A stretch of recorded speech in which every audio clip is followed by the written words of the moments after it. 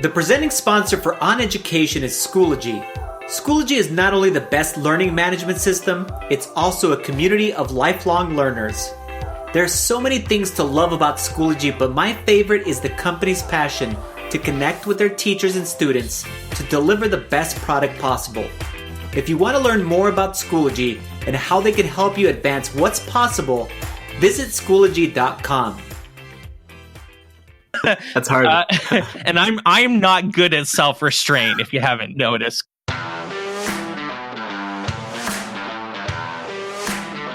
Welcome to On Education. I'm Mike Washburn. And I'm Glen Irvin. Friends, we have an awesome pod for you today. We will discuss designing a public school from scratch, why the discussion of mental health is critical in the teaching profession, and our amazing guests this week are Shawn and Devin Young, the creators of Classcraft. So you went to the movies last night, right? It was family movie night. We don't do that very often, so it was pretty cool. And we went and saw The House with a Clock in Its Walls. I hadn't even seen any previews, which I think is good. I hate previews because they ruin so much nowadays. Well, they put all the best parts in them. Yeah, I hate that. So the reason why I was kind of I was excited about going to it is just because it had Jack Black in it, of course, which he's one of my favorite actors right now currently as far as in movies. He's hilarious. Yes. I was actually. It's funny that you mentioned Jack Black because I was watching. I got into a deep dive on YouTube last night, which is always dangerous. But I ended up on have you ever watched these videos of people eating chicken wings? No. It's called Hot Ones. Okay. It's an interview. It's a little interview show. It's about 15 minutes long, but they're eating chicken wings. As they talk? And yeah. That's interesting concept. And then what happens? and they get progressively hotter, and the guy interviews them, and they get progressively hotter, and they have to keep talking. And Jack Black and Kyle Gass, so Tenacious D, were being interviewed. Yeah. And it was hysterical watching them like react to how hot the wings were, especially because Jack was all swagger and like confidence at the start, and it got progressively like he got pretty wimpy pretty quick. But it was pretty entertaining to watch. Then he was in, was it Jumanji? The new Jumanji? Yes. Was he in that? He was excellent in that. So that was fun too. Big Jack Black fans. Jack Black. Yeah, totally. So it was a good movie? It was okay. So if you're going to go out and watch it with your kids, it's pretty good. It was a little bit freaky for my 6-year-old son. Just because it had some, the real evil character at the end. They did a really good job with the special effects. It's a little creepy. I think actually one of the creepiest parts was Jack Black gets turned into a baby, but he still has his Jack Black head on this baby body. Talk about a disturbing image. So no, it was funny, but it was also creepy. But no, it's really good. I would say probably my kid is 6, probably ages 8 and up, unless your kids are okay with getting kind of creeped out. He was okay. He said, "Oh, this is a little bit freaky." So too much. Yeah. So and the movie's okay. So it's something that you could wait till it gets to Netflix to watch. Rad. All right. Well, speaking of freaky, I guess I came across this article this week and threw it in our notes to try to make sure I mentioned that it was an article about ads popping up in Edmodo. So Edmodo, if you don't know, is a blogging kind of site. It's they try to pass it off a little bit as a learning management system, which I guess it has a bit of that stuff in it too. But it isn't a learning management system. I thought. Well, I mean, because I used to use it before I went on to Schoology. It was my. I mean, I guess it is. Yeah. I guess. Yes. I didn't like it very much, so I'm kind of poo-pooing it, I guess. But whatever. Yeah. There were ads, so they've apparently turned on ads a little while ago. First off, I think the biggest context for this is that they were out of money.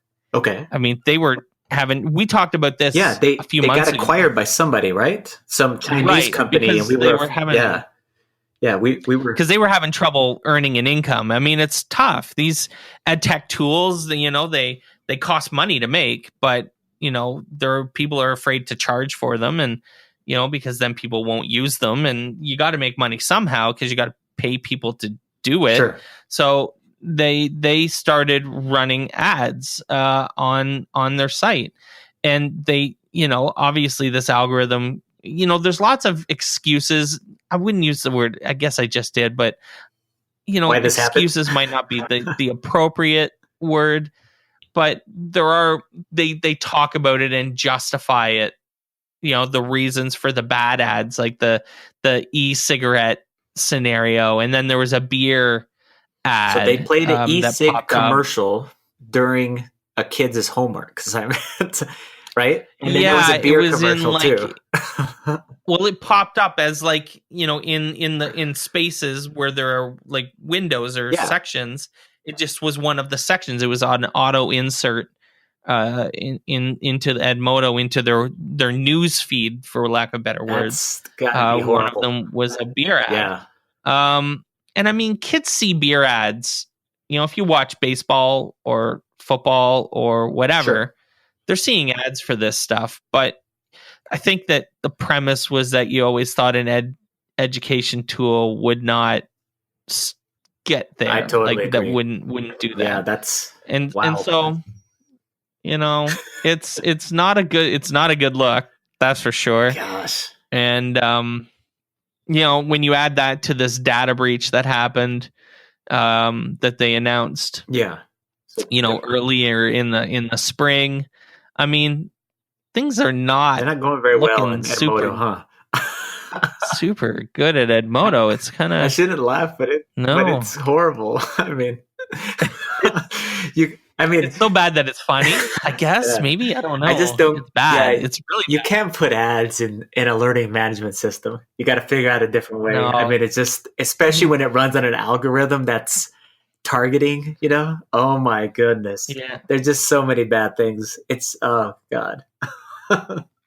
Even this one with the Fruit Loops, they talk about this Fruit Loops ad, and I mean, it was because Fruit Loops was sponsoring Edmodo directly, and they were doing like a campaign related to something else, and so they were running ads, and people just didn't like that a sugary cereal was running ads on Edmodo. Okay. I love Fruit Loops, by the way, so whatever.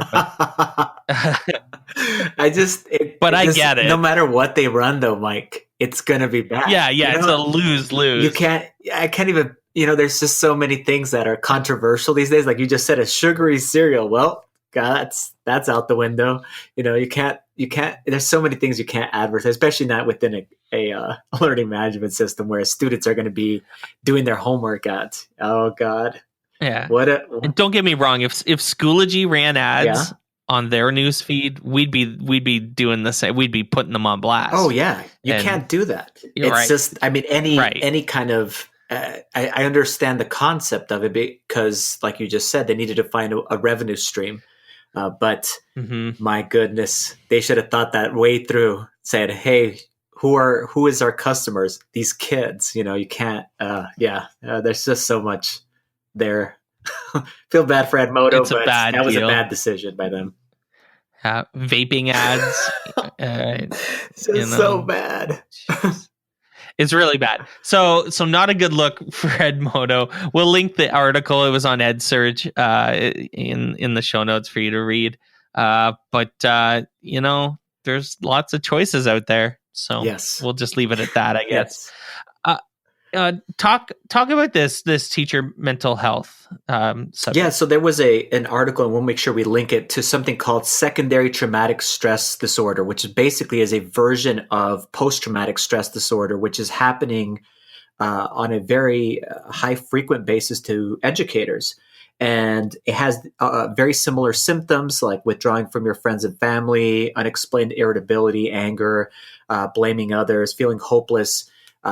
depression and a lot of things. But really what it's brought to light for me as I was reading the article was one of the things that we don't like to talk about just in general, I would say as Americans, and I'm not sure about Canadians either, but we don't like to talk about mental health as far as we can't, you can't talk about it publicly because I still think it feels like people will use it against you, or they will see you as somebody weak. You know what I mean? So that kind of thing is still out there of a stigma associated with mental health. And I think that's one of the things that we need to just bring out into the open and just say, hey, it's an important thing that as educators, and of course with our students also, that we have mental health care readily available and that we're using it. So it's not just available for us, but that we're using it because talking to counselors and therapists or whoever else is actually great for us to be able to go ahead, because there's so many things that happen. It's such a complex profession that getting your mental health care for example, in a lunchroom is not really going to do it for you. You're not going to be able to do, be able to cope with certain things. And so I think it's okay for us to, number one, to bring it out into the open and talk about it. And number two, to do something about it, to actually go to your counselor or to a therapist, like I said, and be able to talk out the things that just happen on a daily basis to us as educators, if you know what I'm talking about. Because the reality is that on a daily basis, things are happening. Yes. I mean, this is a hard, complex career that involves a lot of different families and situations and living conditions and, poverty and equality and segregation now even. And I mean, it's complex. It's super stressful. I mean, depending on where you're living, you might be in, in places where there's violence or violence against your students. And I mean, even if it's not you specifically being affected by this, you're affected by it because your students are. I mean, most teachers are anyways. Yes. And so it's important that not just we take care of the kids, obviously we should, but that you take care of yourself too. Yes. And that you have someone to talk to, that you can, deal with the way you're handling a traumatic situation that your students are going through or whatever. Exactly. And I mean, these have the same symptoms as any other, person that's dealing with things like PTSD, and all of the related symptoms that come along with that. I mean, it's so complex. Teaching is complex. It's hard. It's why we keep saying teachers are professionals. But we definitely need to take some time to talk to a professional like a psychologist or a social worker, or even, to be honest, even having a friend that you can kind of talk to without it being like super hyper negative or like anything like that, like a mentor. Sure. These are all things that, like, I'm a big fan of mentorship. Yeah, where you can go ahead that would be, and talk it out, and then it be a confidential kind of conversation. So it's not like something out in the public, because there's some things that you need to be able to go ahead and talk about and vent. And it's not only just your physical health, because people think about that, I think, more often now. Mm-hmm. They're thinking about their physical health, but your mental health is so important. And if you're not well mentally, as far as with mental health, then it's going to be hard for you to go ahead and be the best person you can be for your students. Absolutely. When we come back, let's chat about how we would make the perfect school from scratch, and how a district in San Diego tried to do just that. On Education is brought to you by Teacher Gaming. As a foreign language teacher, I'm so excited about Teacher Gaming's newest game edition called Influent. Influent is a video game aimed at inspiring people around the world to pick up a new language by making vocabulary acquisition and proper pronunciation a fun and rewarding experience. Players explore an interactive 3D environment filled with hundreds of collectible objects scattered throughout. I had so much fun playing this game, all while learning Korean. There are 18 languages currently supported, including Spanish, French, Mandarin, and even Bulgarian. To learn more about teacher gaming and all of the awesome games that are available, visit teachergaming.com. On Education is brought to you by Classcraft. Classcraft is an amazing teaching resource created by teachers. Classcraft is dedicated to making school relevant and engaging to all of our students. Classcraft is proud to announce their Questathon quests created with shared storylines and custom illustrations to bring any subject to life. Every time a teacher downloads one of the free quests, Classcraft will add $1 to the Teachers Are Professionals Fund, which will be used to fund teacher requests to pledgesense.com. To learn more about Classcraft, simply go to classcraft.com. All right, welcome back to the podcast, everybody. I read an article. Actually, I read the article a couple weeks ago, and then Glen read it this week, and we were both on the exact same page about it and how interesting it was.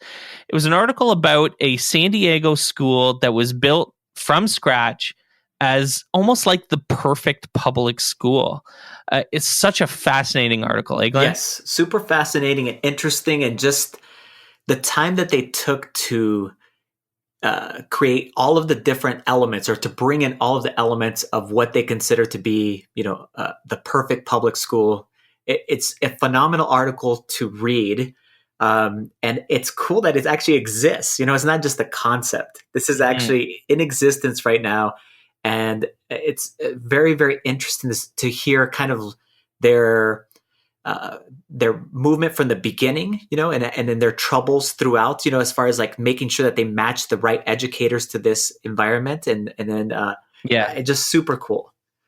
I loved they really detailed the process. So here's what we're going to do. We're going to talk about this for a second, and then I think we might chat a little bit about what we would do if we would do anything differently than what they did, but also what we would be looking for, I think, in the perfect school. So I guess the first thing that I noticed or that I thought about a lot when I was reading this article is how involved they got the community. Yes. So, they had forums, they had roundtable discussions and stuff like that, with parents and other educators and businesses even, and ask them, questions like, what's a school mean to you? What would teachers need to do at an ideal school?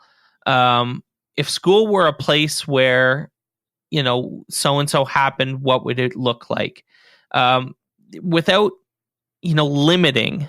I like that, because I try to do that in my class too. The idea of, not putting limits on people's at least their initial ideas, right? Yeah, dream big, and say there are no limits. What would you do? It's so awesome. Right. In the perfect world, what would you guys do? And then they built a building that encompassed all of these ideas: flexible seating, which we've talked a bit about, glass walls, which I loved. And actually, there's a school in Barrie where I live, and I was driving by it yesterday with Cheryl, and I noticed, maybe for the first time, that it had like these really gorgeous glass walls upstairs, because you could and they were the outer walls, and you could really see them. And I was like, man, that's so nice. To allow even like the lighting and but the openness between the classrooms, writable surfaces, which I love. That idea. Easy to move furniture. So many awesome ideas, right? Yeah, I mean, it reminded me of, there's a lot of construction that's taking place in new schools now, and they're using these concepts, like the idea of being transparent and open. That whole glass walls thing is basically to say, hey, come on into my classroom. There's amazing things going on. And to not place the physical border of a wall creates that silo feeling. You know what I mean? So and this is kind of the architectural design of how to make that not happen, as far as in a physical environment. So awesome. And then they renamed everything. I love that. So I thought this was interesting. They named the school. It's a campus. I'm trying to find, and I should have wrote it down, what they called the teachers. Do you remember what they called? Oh, yes, it was something. Teachers. Here it is. Teachers are called learning experience designers. Learning experience designers, LEDs. which is a little weird, I guess, but maybe just classrooms designers are called studios. Yeah, okay, keep going. Yes. Classrooms are called studios. Cool. And the library is the loft, which I actually don't mind. There was a room when I did my student teaching, there was a room that they called the loft at this one school that I was at, where they had like a Wii and they were doing like Just Dance and stuff like that. And they did it in the loft. Nice. So I think that kids like very that famous too, bookstore in Denver called the Loft too. There you go. What do you think of learning experience designers? I don't like that name, but I would be for the idea of saying we're going to not only call you something else besides teacher, because what you're doing is something that much more, it's that much different. Facilitator, that kind of stuff. I've heard of that concept too, as far as in different places. Yes. That just seems wordy. Learning experience designer. What do they call them? LEDs. Yeah, that's what I said. I was like, LEDs. It's like the light bulbs. The front office is called the Welcome Center. Nice. I love that. I don't have a problem with that, I guess. So I like the renaming of some of the things is pretty interesting. They still call the principal, it seems, because they refer to him as a principal in this article, at least. What else is really cool about part this? Was that the explorations concept, where you have these 4 to 6 week electives and they're voted on by students, and they basically go into students and teachers' passions, and then they use those to be able to go ahead and create a course that's 4 to 6 weeks. Imagine that. That's so awesome. So beyond, almost like a genius hour kind of thing. Yeah, big time. And then of a specific concept, whether it be photography or foreign languages, or imagine like just a class on game design, a 6-week course, intense course on game design, or whatever it might be. It's, gosh, I think there would be some really, really cool things that people could really explore, or your students could explore, and then your teachers could get kind of reinvigorated, to not only, we all teach in our content area, but then there's all these other things that are our passions too. And could we go ahead and create a course of that? And that would be just a cool concept. Especially if you could collaborate with other, like make it interdisciplinary. Absolutely. Co-teach right? something. Oh my gosh. That's such a good idea. It wasn't all rainbows and sunshine though. I like that they talk about the bad things too, about how 100 families left the first year. I understand this actually quite a bit, because I'm coming from a situation where some of this kind of resonates. The idea that some families aren't comfortable with the idea that, well, grading is important to them. The grades matter, and they really take pride in that, whatever that number is, or that letter. Yeah, it's a cultural thing. And it's basically, you're really pushing the boundaries of what school is, the concept, including grading, which that's such a huge, people don't understand that it's not just it happens within the school environment, but our communities, they have something attached to that, because you grew up, and this is kind of like, we need those things, the 4.0 scale, the valedictorians, the 100-point scale, the ABCD kind of grading. And then when we talk about things, they say, we're going to scrap all that, and we're actually going to just say, hey, kids are mastering a specific skill, and then that's how we're going to go ahead and measure things. And we're not going to just, we're going to avoid those the traditional kind of things. And that definitely rubs people the wrong way. I love it. I love so if I was taking parts of this, what would you do?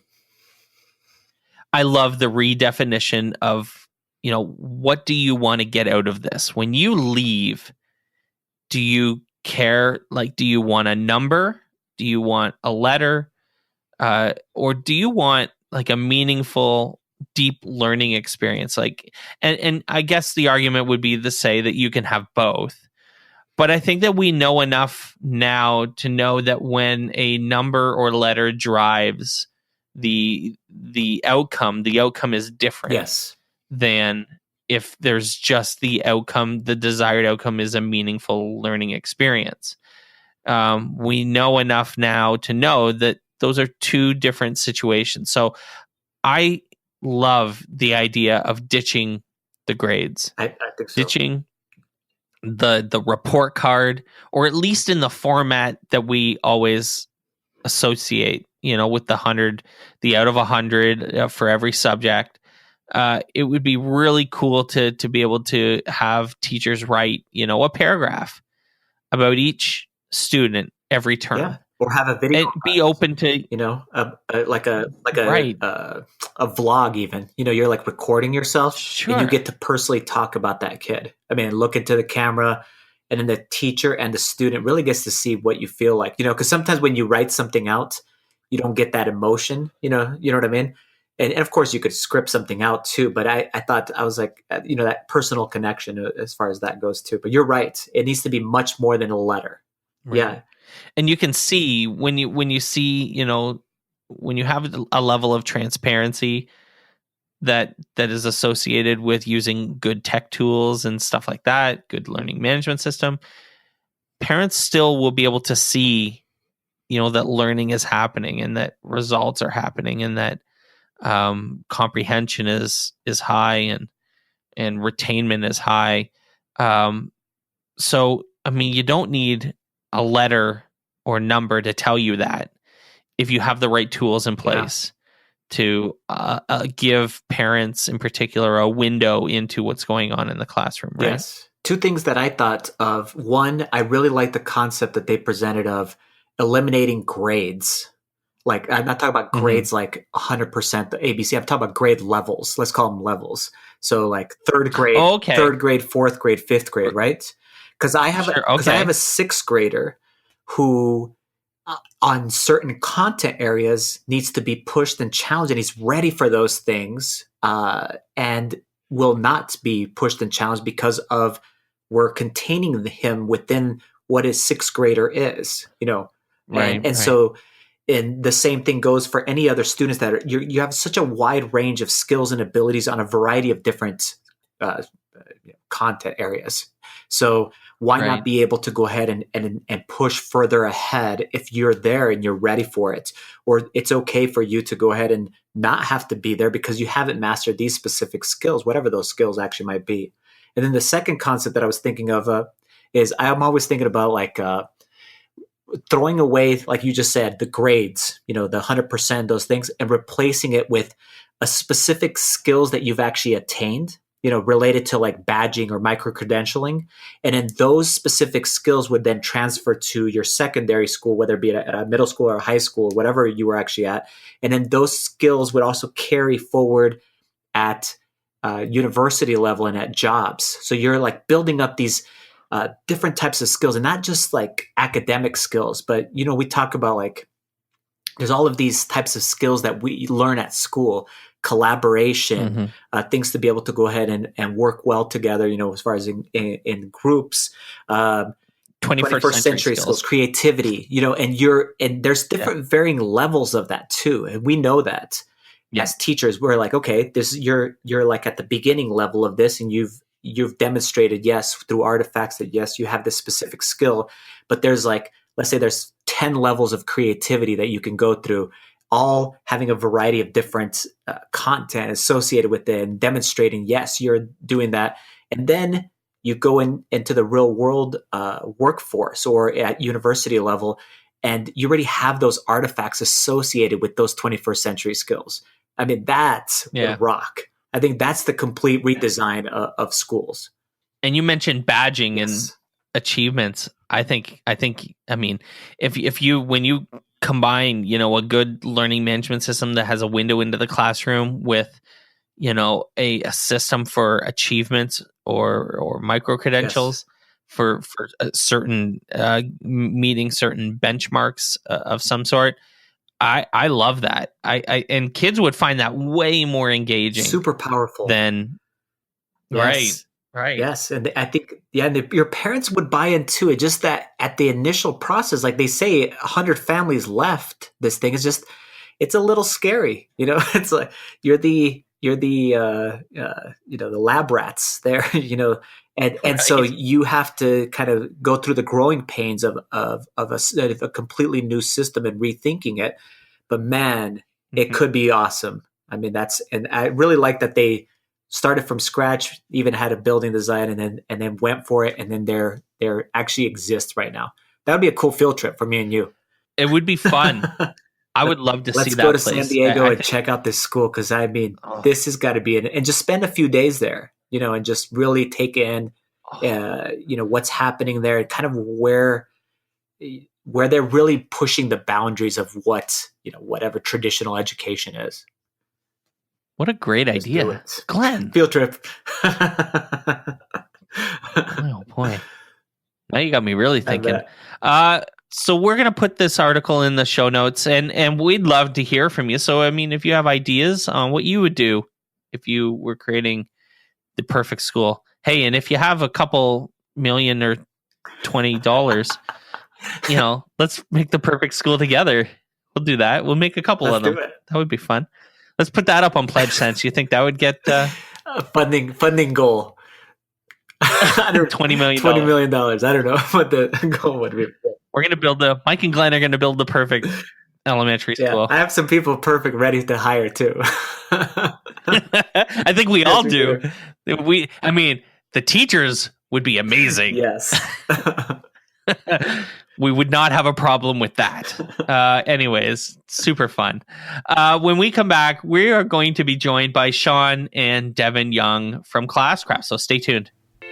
On Education is brought to you by Project Pals. Project-based learning has come a long way since poster boards and paper cutouts. Digital platforms like Project Pals have cut teacher prep time in half to allow more time for research and learning.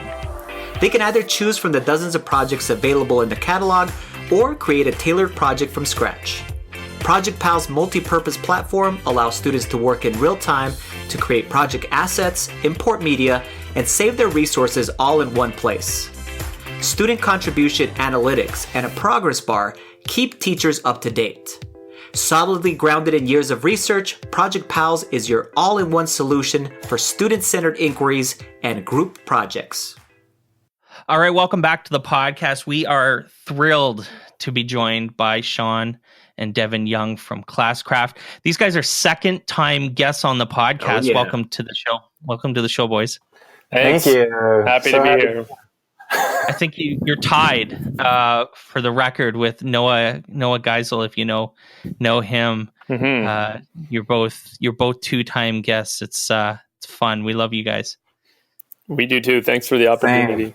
Yeah, totally.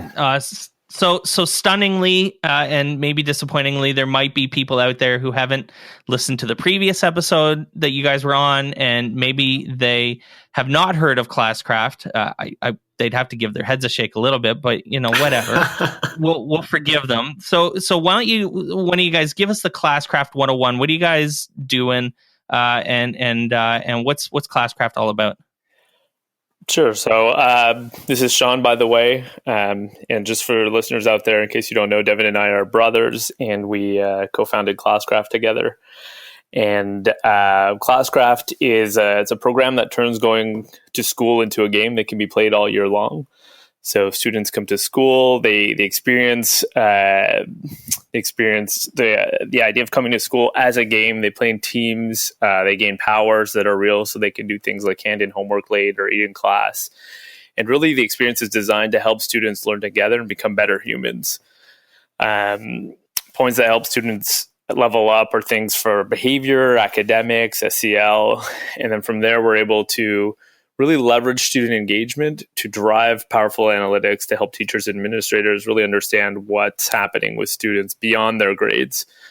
So students have more fun when they go to school, they have better relationships with their classmates, and are ultimately being taught in a more effective way because their teachers understand them better. And so, it started off as a classroom tool, and now it's become really a tool for, leveraging engagement across the entire school. And so really created a a new product category called an engagement management system. And so leveraging the engaging mechanics of games across the entire school experience, from the student through the teacher, through parents, through administrators. So we founded the company almost 5 years ago, and we now have 5 million students in the platform in 75 countries. Amazing. It is a whole other thing. It's so much fun. Like, I mean, and I wouldn't be afraid to even just say that. Like, we use good teacher words like engagement, but this is a hell of a lot of fun, and kids are having a blast in classes where when teachers really dig into this, kids are they'll go home and they talk about it and they can't stop talking about it. And then they come to school and they can't wait to get into it. We have a teacher. I've been actually exchanging tweets a little bit, DMs with Devin over the last couple of weeks, because we have a teacher who has picked it up and is really digging into it. And I've never seen her class as on fire as they are right now. And it's been super rad to see. It's so awesome. That really makes it worth it. Yeah, absolutely. So you guys recently released the Quest Marketplace. Can you tell us about these quests specifically? What makes them different than what you guys are already doing? I think the intention here is to really kind of integrate all aspects of the classroom into kind of the Classcraft experience, right? So there's a component of it that's like collaborative classroom management. There are tools to give a lesson in front of a class. And then really when it came to curriculum, we were like, hey, well, what does that look like within Classcraft? And the obvious sort of fit was quests. It's something that kids are really used to, that it's really kind of a core gaming component. And so, there's a sequence there, there's things you need to do. And so when we started adapting that idea to Classcraft, really we were thinking, okay, well, in the context of education, teachers have lesson plans. How can we enable them to turn those into adventures?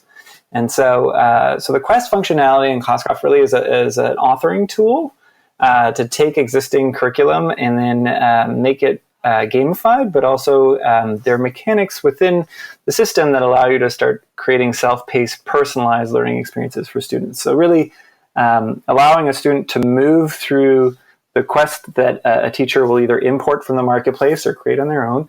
And then based on their level of mastery, it starts becoming a choose your own adventure, right? And so there's no stigma around like having to do more work because you don't understand, say, some concept in math. It's that my adventure kind of went that way because that's actually where I'm at.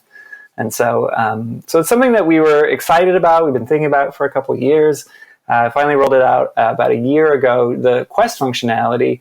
And in a year, we had about 100,000 quests made and 3 million homework assignments handed in. And so at the end of the last school year, we're like, we should definitely start thinking about making a marketplace and make it easier for people to share things. And so there's been a lot of, infrastructure that we're trying to put into place basically to make this easier for teachers to share with their students. This is so amazing. I just love the concept of the quests. And there's some special quests, though, that you guys made in the marketplace related to ISTE 2018. And can you tell us about the Questathon and what you've done since? Yeah, there's been a lot there. We got a bunch of folks. I think you guys actually were there. We just released a Questathon where you guys were involved in sort of setting up the inspiration for it. The idea was to bring kind of teachers that were really familiar with Classcraft and other folks that were just really excellent teachers, and to get them to create an adventure, right, or a storyline in about an hour and a half to 2 hours. It was the first time we were doing it, so folks kind of got the broad strokes down, and then we've since had to kind of go back and rework it a little bit just to complete it because it takes a little bit of time to make. Sure. But yeah, the idea is that we're creating our own stories essentially within Classcraft, and so something that hasn't been released yet, but we're working really hard on, is actually the Classcraft trailer. And what that's going to do is really launch kind of Classcraft's IP in general. So we have a whole world basically that we've been building out kind of in the background. And so we're getting to the point where we're going to be really sharing quests that fit within that world for teachers to then map their content back onto. And so I think it's going to be pretty compelling. Like, we're really looking at it as each school year is going to have like a season. So season 1, season 2, season 3. That's such a good idea.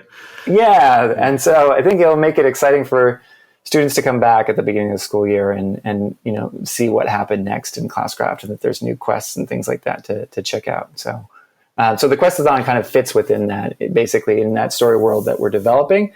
And so they're kind of like side quests essentially to the main one that we're making. And so we've been releasing those slowly over the fall, and then the trailer is going to come, I think, in the next month and a half, something like that.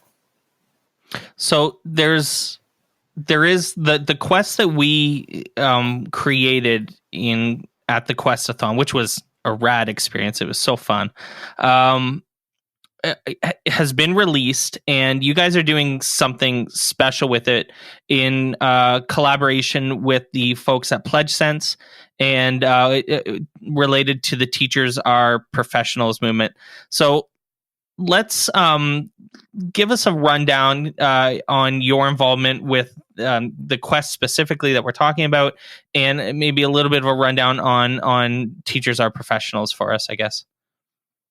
So Teachers Are Professionals is really it's a movement, I would say. And, there's a lot of interesting people involved. Alice Keeler's involved, the Andy over at Pledge Sense is involved. We're involved. There's educators are involved. And really the idea with the campaign and the movement is to get to a place where the entire industry can recognize that teachers are professionals. And that's like the name of the campaign, right? So it's pretty obvious. What does that mean?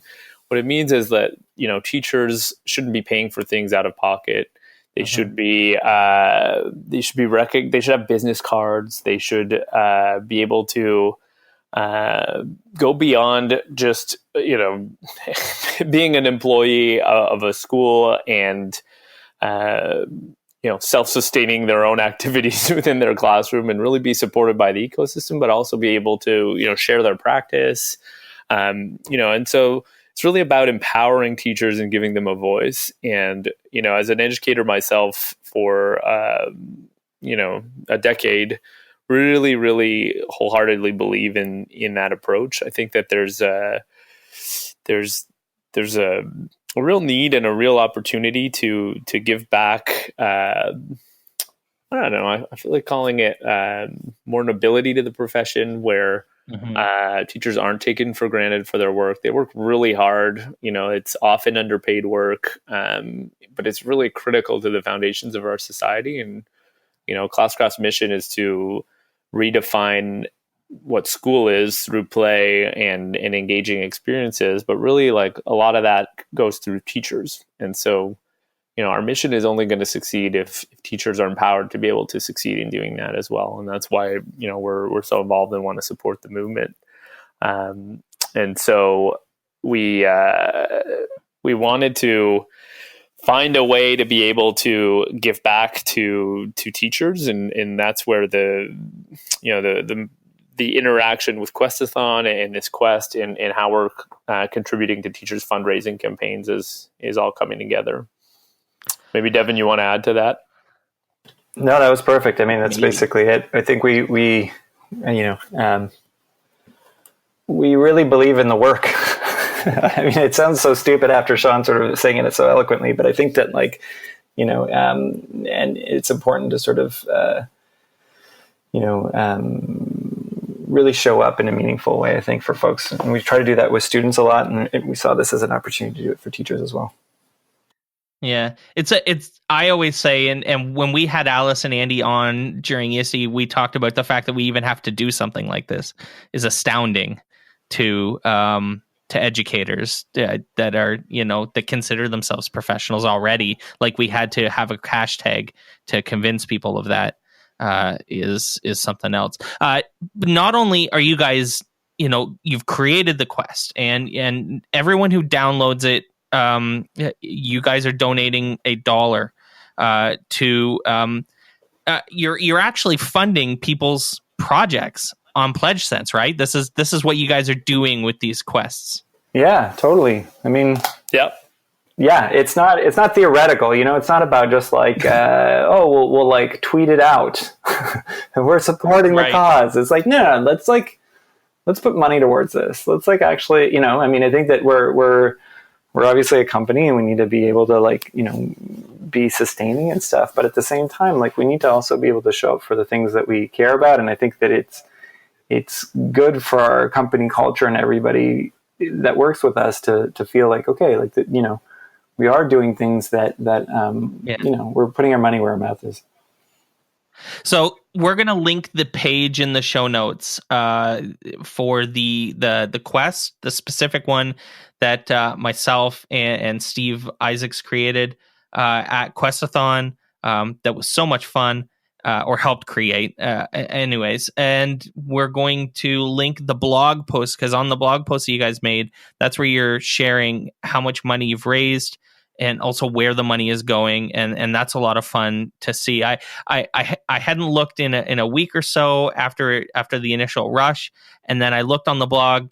It might have been on Thursday or Friday of this week, and I saw that you guys literally like funded a project on Pledge Sense, and I was so happy to see that the money was actually going to an actual thing for an actual person, not just into a pool of money for something, but you're actually closing off fundraising goals, and it's amazing. It's really empowering for our team too, because we're able to support projects that we believe in as well, not just like somehow this money will be used towards a good end, but like actually have our own team we're looking at these campaigns, we're looking at people's projects and supporting the ones that we believe in, and that's really part of being on the ground floor trying to do good, not just we're operating at like 100,000 feet trying to transform education in a strong and meaningful, lasting way, and at the same time we're also trying to do that at 100 feet and connect with educators in their classrooms and help them succeed in their day-to-day work, because A, they need support, and B, it's really transformative to know as a teacher you feel really isolated, right? You're always operating in your own classroom, and to know that there's people out there looking at the work you're doing and supporting that it can be really transformative for a lot of educators. And I think that by doing it this way, we're really able to have that kind of an impact, both broadly, but also, very microscopically in one teacher's classroom. Right. 100%. So one last thing, and I'll tell you, man, I've been holding on to this little tidbit of information for a week or so, and very, very practicing self-restraint. You've been doing good. You've been doing good. That's hard.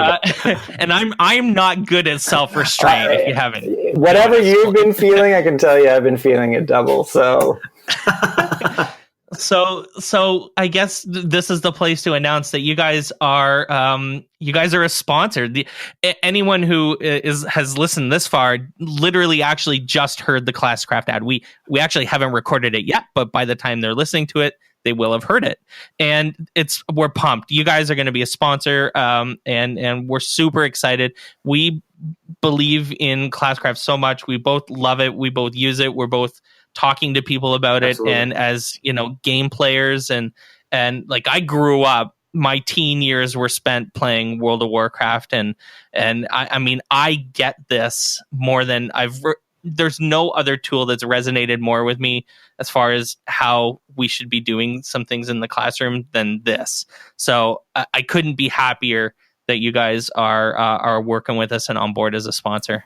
That's awesome. Yeah, I mean, for us, like, I don't know, you guys are doing the work, so it's again the same thing. If it's teachers in a classroom, or if it's, trying to share teaching practices and, empower folks to really up their game and improve their craft. I think that's really, that's the work we need to be doing. So, so it was a no-brainer for us really to just sort of partner with you guys and, figure out how we could support the work you're doing. So awesome. Thank you. Yeah, 100%. Great. So you're gonna hear us talking about Classcraft. They're gonna keep telling us what they're doing, and we're gonna keep telling you guys, and it's gonna be a great partnership. Brothers Young, Sean, Devin, thanks for joining us. Keep up the amazing work. We'll keep talking about the Questathon quests and Teachers Are Professionals. It's another thing that we've been involved in and trying to help as much as we can. Thanks for being on the podcast, guys. Thanks, guys. Appreciate the time. Thank you so much. Keep up the good work. On Education is an on-podcast media production. My name is Mike Washburn. My co-host is Glen Irvin. You can get in touch with us or ask us questions to answer on air by visiting our website, oneducationpodcast.com. You can tweet us at oneducationpod. Glenn is at Irv Spanish on Twitter. I can be found on Twitter at Mr. Washburn. Our sound engineer is Jake Codeweiss. He's on Twitter at JK Radio. You can find us on Facebook by visiting facebook.com/oneducationpod. If you're enjoying the show and think others would too, we would be honored if you shared it with them. Please leave us a rating or review in Apple Podcasts or the Google Play Store. When you leave a rating, it gives our rankings a boost. This helps others discover the show. We want to thank our presenting sponsor, Schoology, for supporting us. Check out Schoology.com to learn how they can help you advance what's possible. Thanks as always for listening. Stay awesome. See you soon.